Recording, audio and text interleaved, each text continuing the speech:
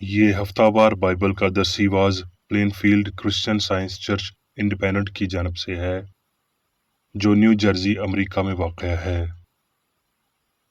مزید معلومات کے لیے آپ ہماری ویب سائٹ ملاحظہ کریں www.plainfieldcs.com۔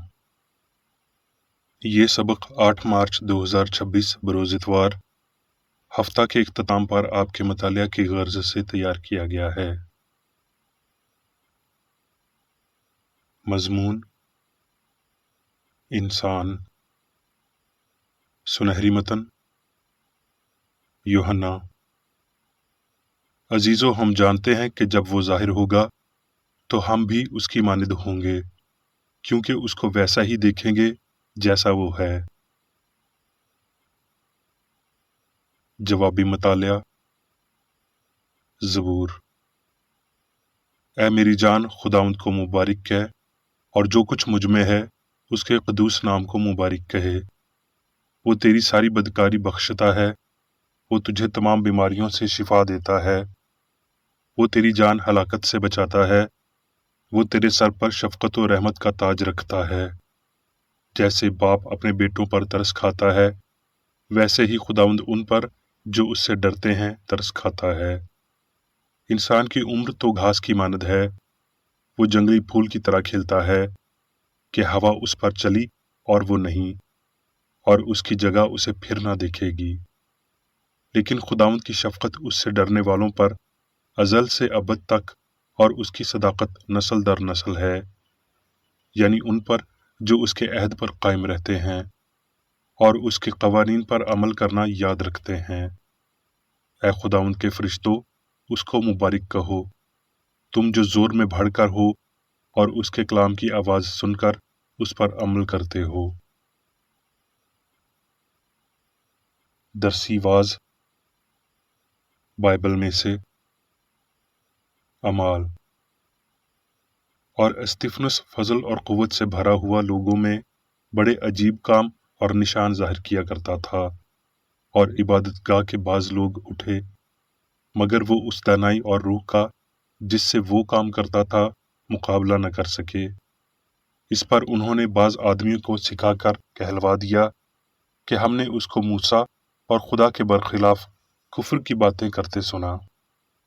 پھر وہ عوام اور بزرگوں اور فقیہوں کو ابھار کر اس پر چڑھ گئے اور پکڑ کر صدر عدالت میں لے گئے اور جھوٹے گواہ کھڑے کیے۔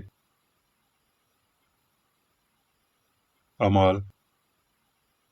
اس نے کہا، اے بھائیوں اور بزرگوں، سنو، خدائے ذوالجلال ہمارے باپ ابراہیم پر اس وقت ظاہر ہوا جب وہ حران میں بسنے پر پیشتر میسوپوٹامیہ میں تھا، لیکن باری تعالیٰ ہاتھ کے بنائے ہوئے گھروں میں نہیں رہتا۔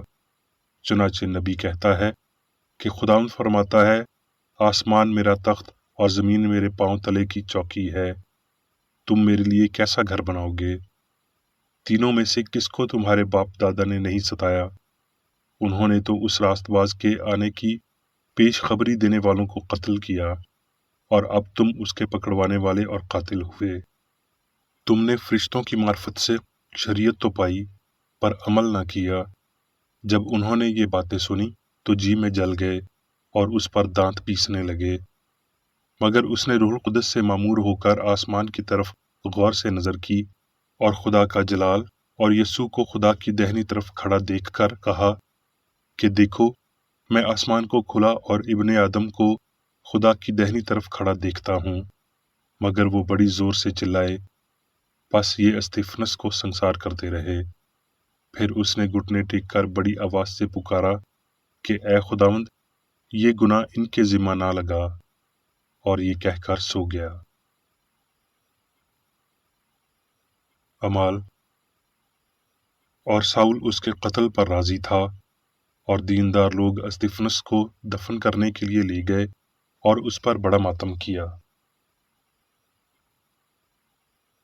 اعمال۔